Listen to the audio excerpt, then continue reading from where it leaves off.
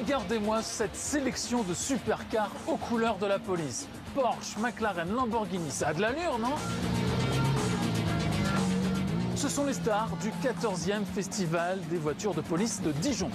Sauf que, il n'y en a qu'une que vous croiserez vraiment sur les routes. À votre avis, laquelle?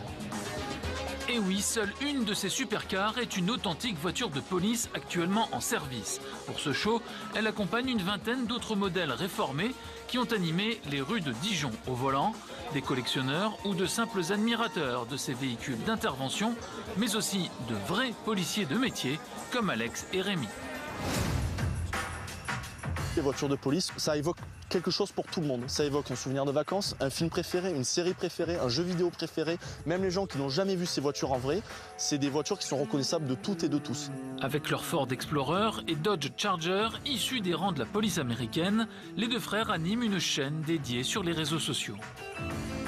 On arrive à avoir ce rapport de dialogue avec les gens, et même pour avoir fait des projets dans des quartiers sensibles, pour avoir fait des locations pour des clips, bon bref voilà, avec des populations qui sont peut-être plus hostiles, eh ben, ça a très bien matché.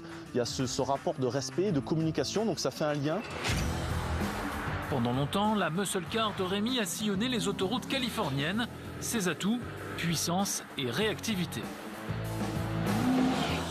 Après moi, ce qui me plaît bien, c'est que on a un V8, 380 chevaux, donc comme tu le vois, c'est assez chill. Mais si on veut partir, on part. Ah bah là tu m'intéresses là. Voilà, si on veut vraiment, on appuie, il y a la puissance qu'il faut pour pouvoir partir. En plus, c'est du propulsion, donc ça reste toujours plus ou moins amusant et agréable. Et avant le Charger poursuite des années 2010, la cop car américaine par excellence, c'était elle.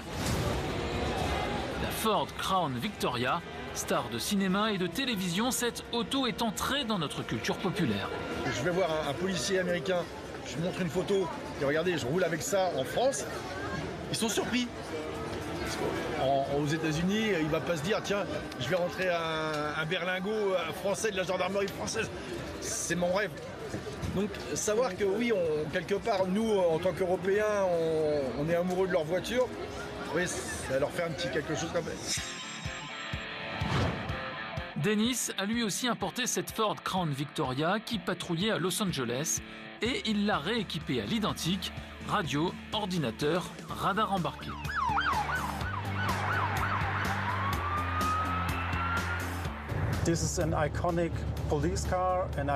C'est une icône de la police, mais aussi une icône de film. Tout le monde la reconnaît comme une voiture de police à part entière. Mais ce que j'aime, c'est la conception de son châssis qui la rend facile et pas cher à entretenir ou à réparer. Elle est solide comme un roc. Elle est indestructible. Comme là, on vient de le sentir. Et comment se passe un trajet dans la cage sur la banquette arrière? Écoutez, c'est pas confort du tout, hein. Je suis littéralement plié en 4 avec les genoux dans le menton. Il n'y a pas plus de place que ça. Banquette en plastique dur pour faciliter le nettoyage, pour éviter les désagréments de toutes sortes. Mais malgré tout, même si c'est pas confortable, les suspensions de la Crown Victoria sont suffisamment souples pour atténuer un peu les aspérités de la route. Donc ça, c'est quand même un bon point. Mais bon, c'est pas fait pour ça. Direction le poste. De retour à l'exposition, l'effet de surprise est total autour des supercars sérigraphiés. Oui, c'est vrai que c'est très impressionnant. Est-ce qu'ils rattrapent plus de voleurs avec ce type de véhicule qu'avec une Clio basique? Je ne sais pas, mais ça leur permet de rouler plus vite en tout cas. Moi je suis plus team Lamborghini, là parce que c'est un peu mes voitures de ma marque de rêve, tout ça que j'aimerais bien avoir. Mais j'aime beaucoup aussi la McLaren, la Porsche. Le russe un petit peu moins, je trouve ça fait un peu trop familial. Non mais c'est très classe, c'est très classe. Ça donne envie de se faire arrêter? Personnellement non, les méchants oui. Opération de communication réussie pour le commandant à l'initiative de ce festival unique en France. Le but du jeu, c'est en tant que policier, c'est de rêver. et de se projeter aussi quel pourrait être le véhicule d'interception le plus rapide pour la police, quel pourrait être le véhicule de patrouille le plus massif pour une intervention. C'est le cas du Dodge Ram T-Rex, c'est ce qu'on a voulu un petit peu évoquer. C'est associatif, ce sont des propriétaires de véhicules qui se sont prêtés au jeu gracieusement. On a des équipementiers qui nous ont prêté leurs équipements, donc ça nous a coûté que quelques autocollants pour un effet qui est considérable au final. Donc vous l'aurez compris, seule la Lamborghini Urus appartient réellement à la police italienne. Une version performante de 666 chevaux, quasiment pas modifiée, hormis quelques équipements signalétiques et une glacière dans le coffre. Lamborghini a mis 4 modèles à disposition de la police italienne, 2 Huracan, déjà depuis plusieurs années, et là depuis 2023, 2 Urus Performante, dont celui-ci.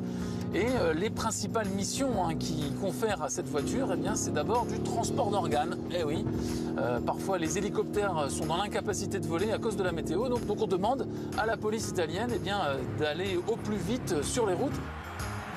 Ce qu'il faut savoir, c'est que cette voiture, c'est à la fois une voiture d'image pour la police, c'est évidemment toujours flatteur de rouler à bord de supercars, c'est une mise en avant de l'industrie et de l'excellence de l'automobile italienne.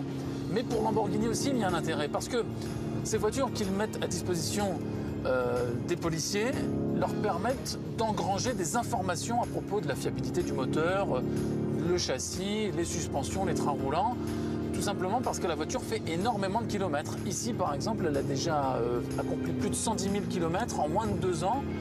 Aucun autre propriétaire de supercar n'en fait autant. Et quand la voiture rentre à l'atelier pour des vérifications, ça donne de précieuses informations aux ingénieurs de la marque. Donc allez tester grandeur nature. Lamborghini pour la police et depuis peu Maserati pour les carabinieri qui viennent de recevoir cette MC Pura de 630 chevaux, là aussi pour du transport d'organes. Ainsi équipés, nos voisins italiens sont d'ores et déjà conviés sur le circuit de Dijon-Prenois pour une nouvelle parade de prestige, toute sirène hurlante.